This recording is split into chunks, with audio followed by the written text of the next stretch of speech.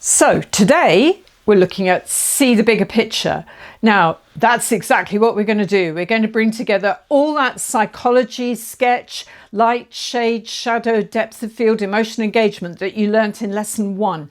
Lesson 2 was all about perspective. We're going to see all of that. And now we're going to bring the whole thing together with some physics, some science, some geology, and build up a beautiful in colour landscape. We're probably going to do today the seascape at Morgan Porth, and you'll see beautiful footage of it here online with me.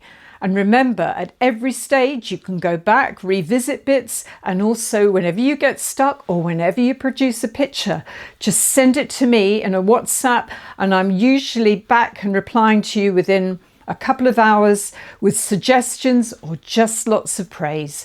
So let's start, and then when you finish that you can do all manner of pictures like you can see around me.